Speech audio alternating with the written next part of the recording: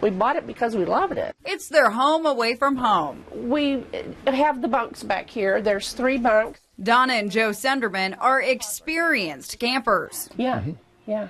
This is number 7. 7? Yeah. They say something is not right with their 2015 Crossroads Zinger. We love the model.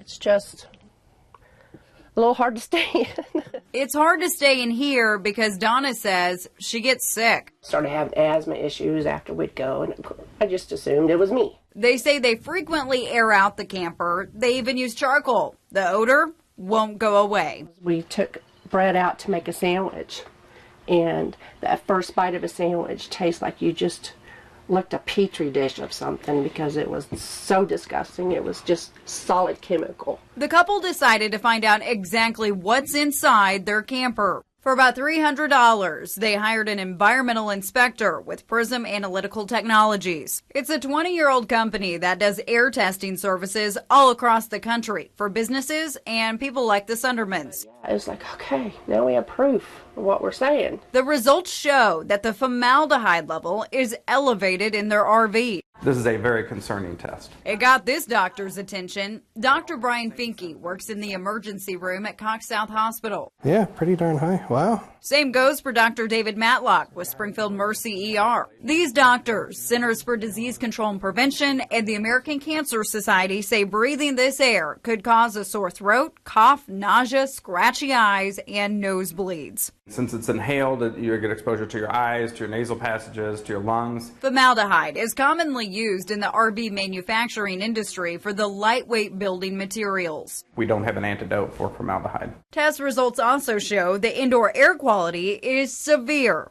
So if you're in an enclosed space or a smaller environment, air quality is extremely important.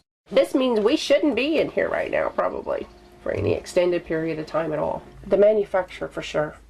They should stand behind this, because they built it. On Your Side reached out to the RV manufacturer. The general manager of retail operations for Keystone Dutchman and Crossroads Manufacturing would not answer any questions and referred us to the owner's manual. It has an entire section on formaldehyde with information on how to get rid of it. And in a box at the bottom, it reads, the RV contains composite wood products that comply with the California Air Resource Board, also known as CARB. That means individual products like the wood in this cabinet are manufactured up to code. But here's the thing. On Your Side researched this for months. There are no overall emission standards for RVs, meaning the air you breathe in here doesn't have to meet requirements. Even after this, you might recall back in 2005, Hurricane Katrina evacuees got sick from FEMA mobile homes found to have high levels of formaldehyde. After that, the CDC came up with suggested exposure levels. Now remember, these are for mobile homes because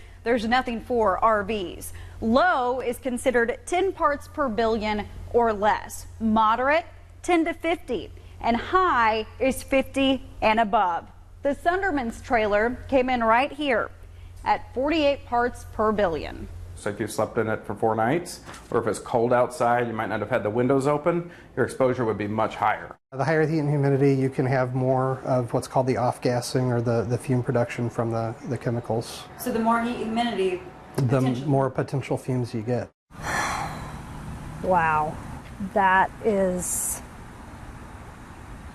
unbelievable. We also showed the results to a Sierra Club spokesperson. Since Hurricane Katrina, the National Environmental Group has advocated the potential harm of formaldehyde exposure. It seems like it should be a no-brainer. We should be regulating them. We should be proactive. We shouldn't just be trying to meet the minimum requirements. I'm afraid my conscience wouldn't let me sell this camper to another individual. No, we couldn't. Knowing what's wrong with it, I cannot do it.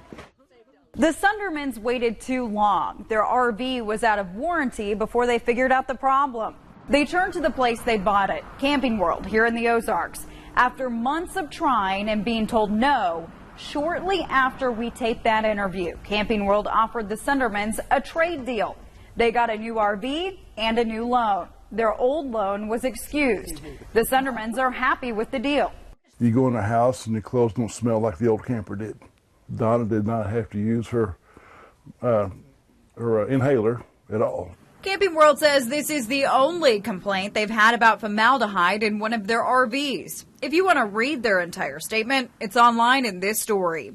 So what if you're having the same problem? The manufacturer mentions in that manual to open up the windows, vents, and fans. But that's not all you can do. Tonight at 10 On Your Side shows you 3 other things you need to do if you already have an RV to prevent formaldehyde buildup and keep your family safe.